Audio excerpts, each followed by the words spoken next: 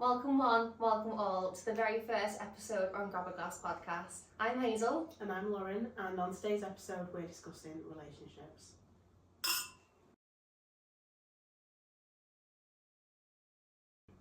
So, have you ever known something wasn't right but stayed anyway? So, I think one of the hardest things about that is generally people will sit there and realise that something isn't right or that there's something not necessarily wrong, but something isn't sitting right. 100%. And I think with a lot of people it sort of boils down to guilt. Like they feel like they can't leave but they can't stay. Yeah. And I think sometimes that gets people into dangerous situations. Dangerous waters. Because you're playing with fire, aren't you? You've not got an exact reason, or you've just got a gut feeling, haven't you? Yeah, and I think that's one of the main things is you've always got to follow your intuition. And if something isn't 1,000%, if you're not waking up every day thinking, oh my god, I'm so glad that I'm with this person, and you know, you need to let go. And you can't afford to feel guilty about that. No, and I think that's where a lot of people go wrong, because at one point or another, you end up asking yourself at some point in a relationship, what is the reason? What am I holding on to? Where's this going? Where am I going to go with this? Where does it end? So segueing from that then. Okay. Overcompensating for your partner or sugarcoating. Right. Where do you stand on that? I think it's a very easy thing that a lot of people don't realise that they're doing. I feel like it sort of comes natural because our natural instinct is to defend someone. And I think a lot of people end up over-defending actions that don't serve anyone, that don't serve you, that just kind of puts you in this position where you are sat there a week later thinking, oh my god, why did I do that? Like you see things in rose-coloured glasses, don't you?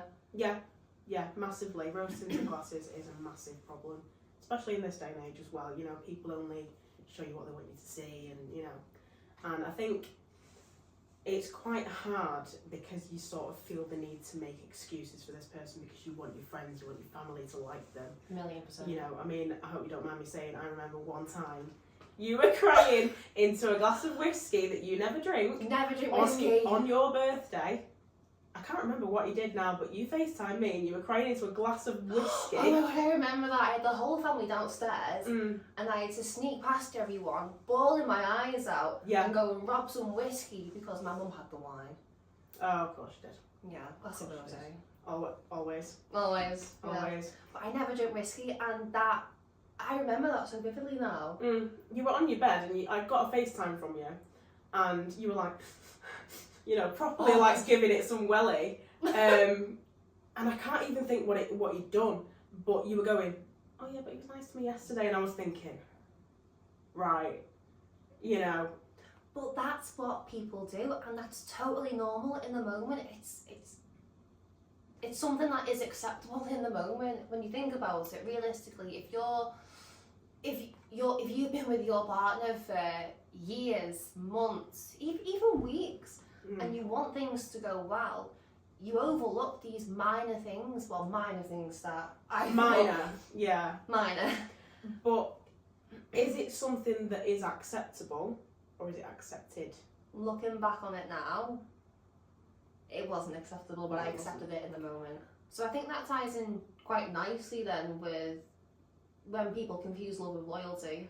Yeah, 100%, because I feel like it is, or can be, quite hard to differentiate between the two sometimes. I mean, 100%, yeah. With love, you know, you've got little cuddles in bed when you're sick, and you've got, you know, actual acts of love, haven't you? Yeah, actual actions. And then sometimes, you know, loyalty can overlap with that because you've got picking the kids up from school, doing normal household duties, and just sharing the workload. And I think it's hard to differentiate because the line can be blurred. And I think a lot of people think that it's love when it's not.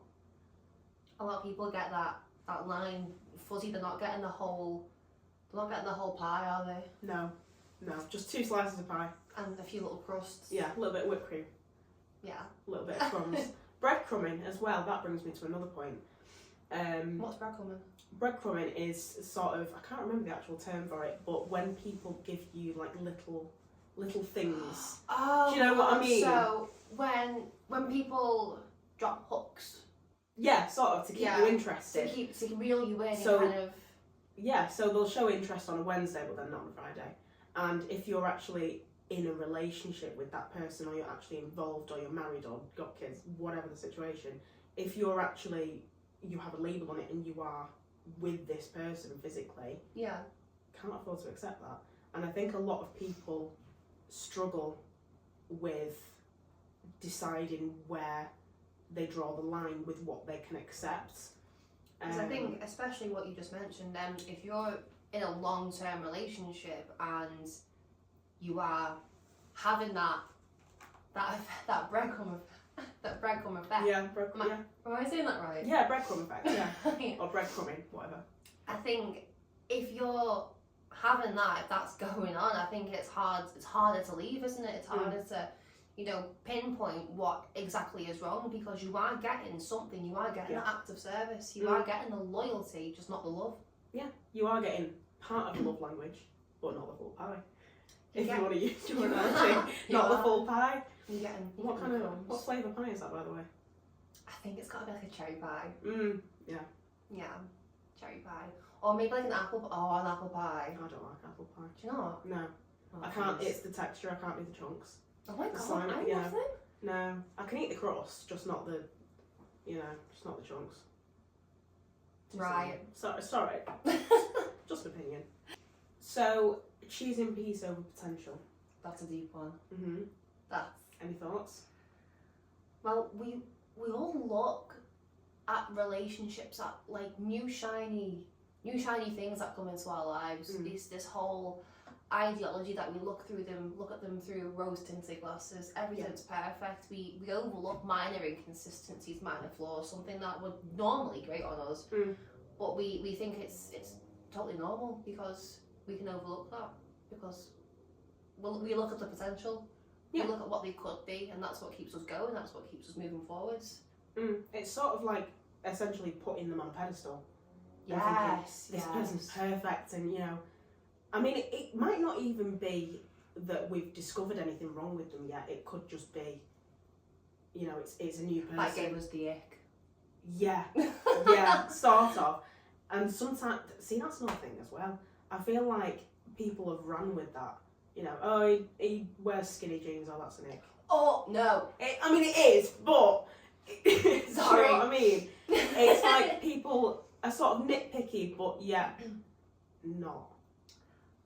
I can attest to that 100%, because we all have things that we look out for. We all have pros and cons. We all at some point we've sat down and think, right, what do I want my ideal partner to be? Do I want them tall? It's that old thing that tall, dark and handsome.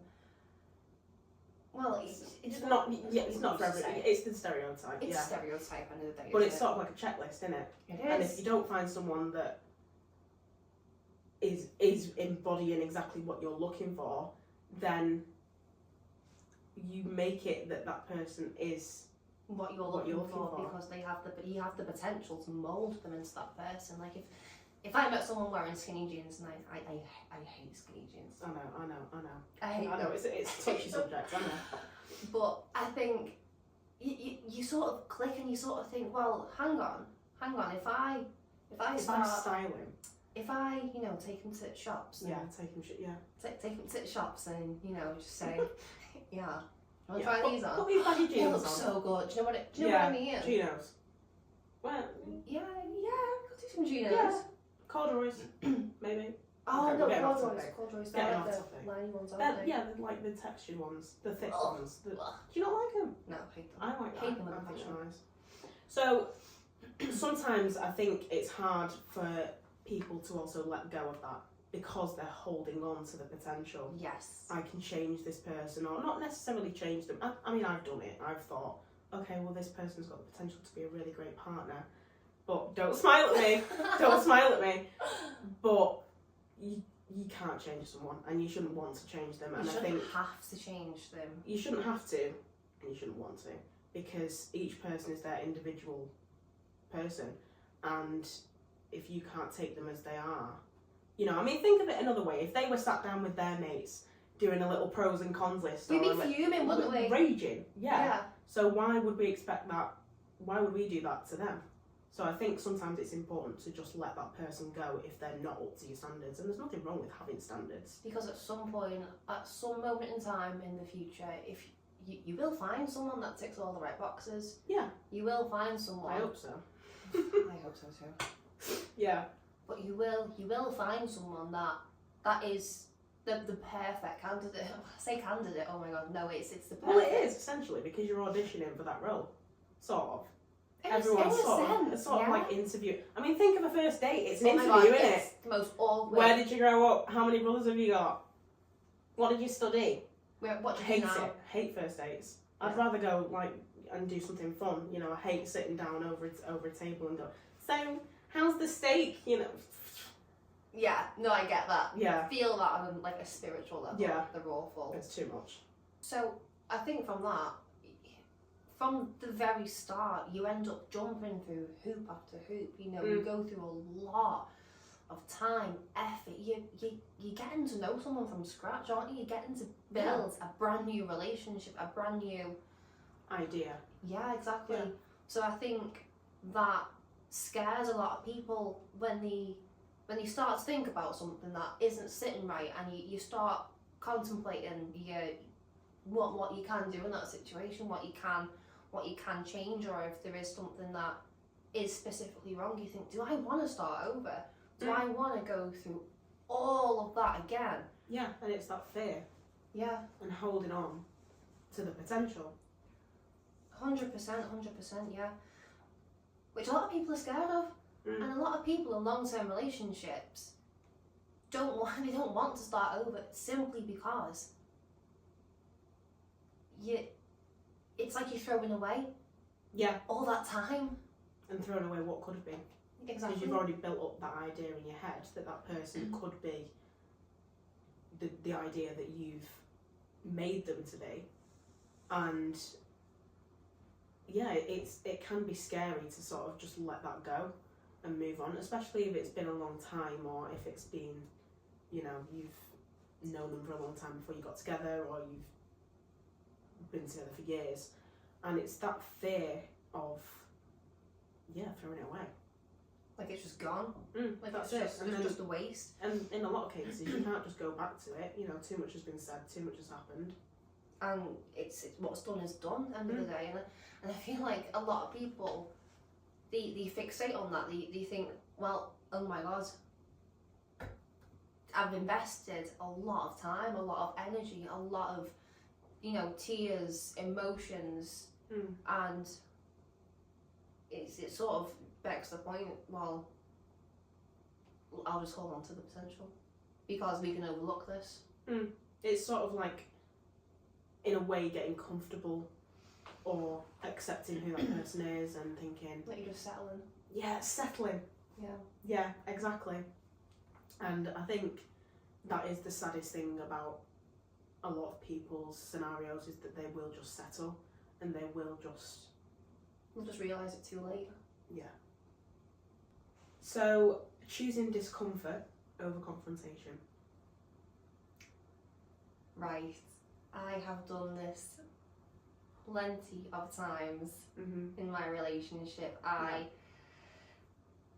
When we have a little argument or we have something that we disagree on, I deflect. I avoid the conversation. I shut it down. I leave it on a note which isn't amicable, and it hasn't solved anything, so I deflect the situation. Would you say that that's because you're scared of the confrontation, or would you say that's because you don't want it?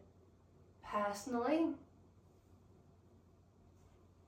I think I have this complex where I need to be right about every little thing. I need to have the win, otherwise I feel vulnerable in that situation, and it makes me feel weak. It makes me feel like I'm Not losing, control. I'm not in control, Mm. 100% exactly. And I think personally, I do that as a self-coping mechanism in a sense. Yeah. To leave a situation in an uncomfortable position, in an uncomfortable environment where you kind of you walk on eggshells, you're scared to say the next thing, you're scared to kind of say something that would then Upset that person. upset them, yeah, or cause even more discomfort. And I think it's taken me so long to be able to hold my hands up and say, I was wrong. I was wrong. Yeah. You were right, I was wrong. But I think that comes with, I want to say age. I think it does come with, Not necessarily age, but I would say maturity. I think 100% it does, but I think those situations help you grow and help you develop and help you understand that you don't have to have the win. No, you don't always have to be right. You don't always have to have the last word. Sometimes it's just easier to let go and just let the situation be, or, you know, come back to it another day. And It's just easier, isn't it? yeah. And Yeah. I think a lot of people are guilty of that. And a lot of people don't understand that sort of behaviour, it ends up being the worst thing. It ends up being Damaging. It does. It ends up having that long lasting effect that you're scared of confrontation. Well, it's a lack of communication as well. It is. Yeah. If you can't sit there and say, all right, I'm holding my hands up, I'm sorry, let's start again, I was wrong, or, you know, let's agree to disagree, whatever. Sometimes you just have to be diplomatic, and I think that's something that a lot of people struggle with, because it's not necessarily an ego thing. I think it's just necessarily, you know, people just want to be right, or they don't want to think that they're wrong, because it makes you feel small. It makes you feel like you 100%, don't yeah. know what you're talking about. Yeah. And I think maturing over time and realising that you can't always be right and you're not always going to be right Mhm. is so important for a relationship to grow and to be healthy. Yeah. 1,000,000%.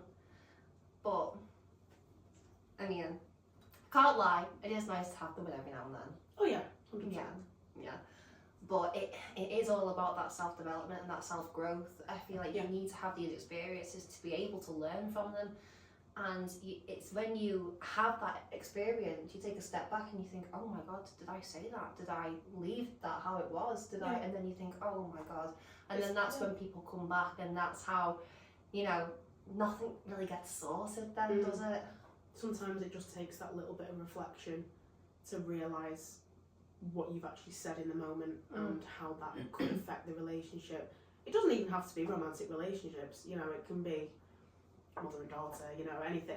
It can be anything, and sometimes you just have to think, you know, go and be by yourself, go and calm down for a bit, whatever. You don't have to apologise straight away, but take a minute, think about what's been said, and think about whether you should apologise or whether it's the right thing to do. And I'm very guilty of this. Yeah. There'll be a conversation that isn't something that sits right with me, or it isn't something that you know that could end up quite heated, or you know, something like an argument, or like a little what's it called? Disagreement, yeah. And you end up saying something heat of the moment. We all blame our heat of the moment, and then you'll take most of the time. most of the time. Yeah, don't always And then mean you'll it. say something in the heat of the moment, and then you'll take a step back, and then you'll think, oh my God, right, okay, and then but that lingers then for days, and then you sort of just think, well, hang on, why would you say that to me? Yeah. So not feeling chosen. Yeah, I feel like in a lot of circumstances, sometimes obviously things can get in the way, and sometimes your relationship isn't necessarily always going to be your priority. But for some partners, it can feel like they're not Neglection. Yeah, they're neglected, or they're not feeling validated, not feeling wanted or chosen.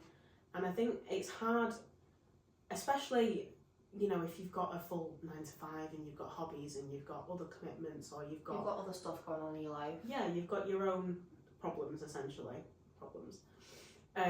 Or you've got kids or whatever. It can be hard to find the balance between your work life and your relationship. It can be hard prioritising. It can be hard figuring out what's urgent and what's not urgent. Because when you look at it, a lot of people they have 9 to 5, so they have day jobs, and then after work they have, you know, they go for a run. But if your partner is sat at home, you know, waiting for you, and you say, oh no, I'm going for a run, oh no, I'm going to the gym, and then you don't show up for a couple of hours, and it's kind of, it can border into that territory when you start to neglect what's actually important. Yeah, and it can be very hard to find the balance and prioritise exactly what you want to, even if you do love that person, you do want to be with that person. It's so hard to be able to give them what they need and what they want, and obviously everyone's different, and sometimes people can take that a little bit more personally, or you know, whatever, but it's never anybody's fault. It's just a case of sometimes you forget, don't you? Well, you might. I've got a memory like a sieve. I know, I'm like a goldfish. I always say that. 2 peas and pods. I know. Spend too much time together. But yeah, it's no one's fault. It's just the way that it is, and the only thing you can do is try your best, and nobody can ever really make you feel guilty for that. It's just something that you have to figure out in your own time, in your own space, but still remember where your priorities lie. Because it can put a wedge between things. It can cause conflicts. It can. Yeah. But like what you said, it's just something that you need to figure out and work into your own, into your own kind of Schedule. Yeah. So hookup culture and casual sex. That's a heavy one.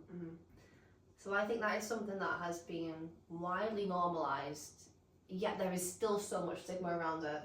Yeah, because as a society, it's something that we've not really talked about. It's something that's been taboo, or something that we feel ashamed about. And really, it's healthy, it's normal, it's something that a lot of people go through. Exactly, you know, not everyone will, but it's something that we shouldn't have to feel ashamed of, or something that we shouldn't have to hide. Yeah, exactly. Something it's not a secret, you know, you don't have to, you know, dance around it and think, okay, well, I can't really discuss that because what if Jim from down the road thinks that I'm, you know, it's not 100% this massive thing. And if you think about it, we've had the agenda set from when we were little kids, you know, parents will tell us stories and tell us life expectations of, you know, you grow up, you meet your perfect partner, you have the perfect life, and it 9 times out of 10 never happens. It's never perfect.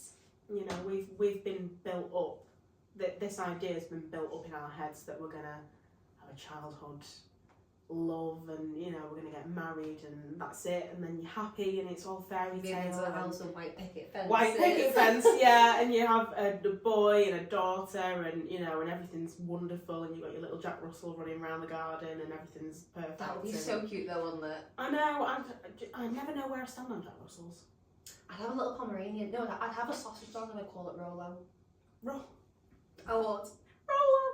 Yeah, but the point is, life doesn't work like that. We've been spoon-fed a stereotype when life isn't perfect, love isn't perfect. We all go through different experiences at one point or another in our lives, and I think normalising that, starting a conversation about it, is probably the most helpful thing that anyone can hear.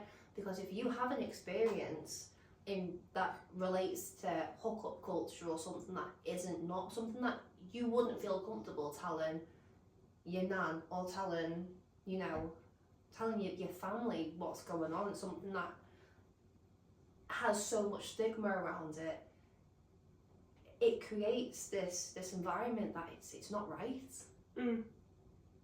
Right, grieving connection, but knowing it's best to move on.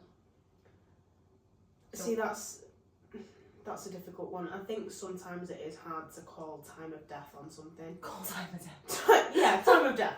You know, like just giving up and, you know, time out or whatever you want to say.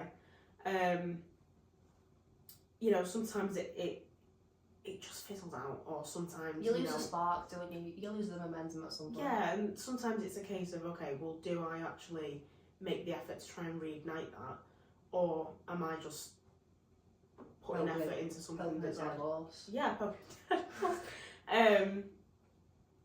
but yeah, it can be so difficult to differentiate whether you should actually let go, or, you know, even just hold on to that hope. I mean, this loops back to the potential, doesn't it? Holding on to the potential. It does, yeah.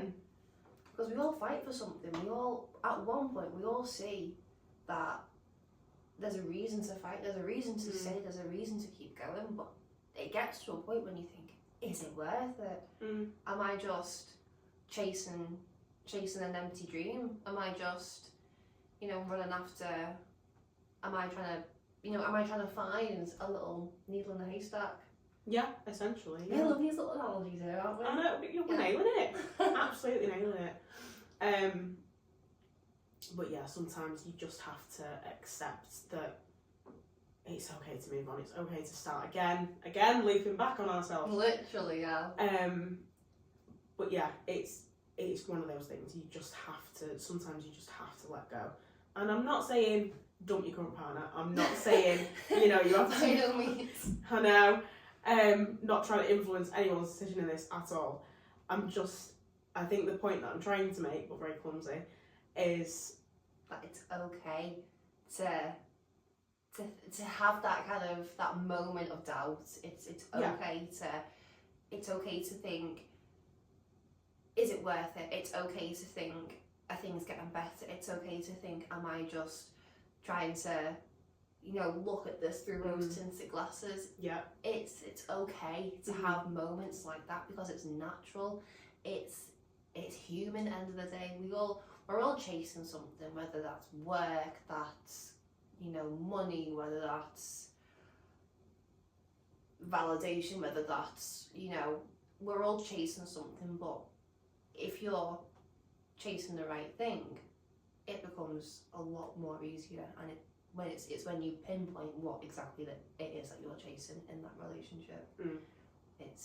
I think sometimes as well it comes down to standards and what you're willing to accept, and sometimes that can be the boundary, that can be the breaking point between whether it's worth fighting for, or whether you're better off protecting your peace and you're better off calling it a day.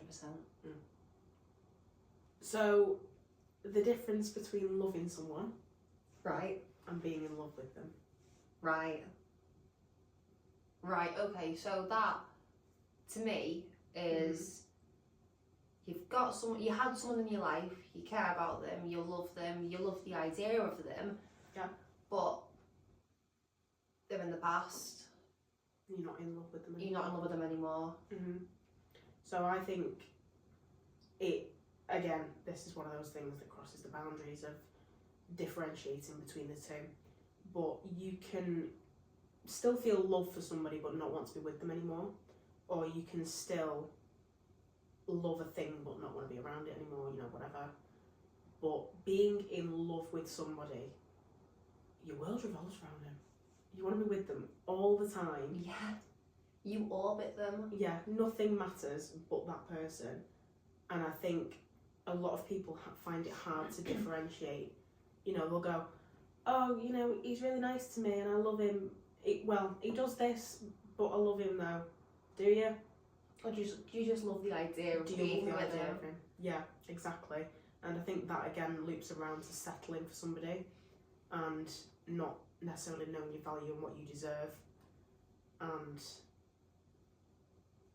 it's very, very hard to differentiate. But the question that you have to ask yourself is, do I want to spend the rest of my life with this person? That hit a deep one, didn't it? It did. I thought it might, yeah. Yeah.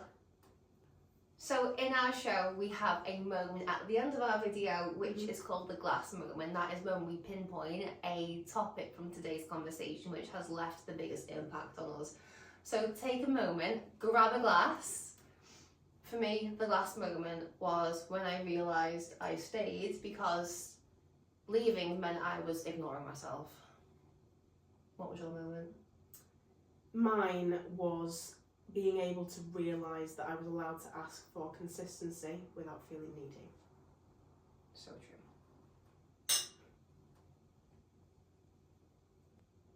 So if this episode felt personal to you, it's because you're not alone.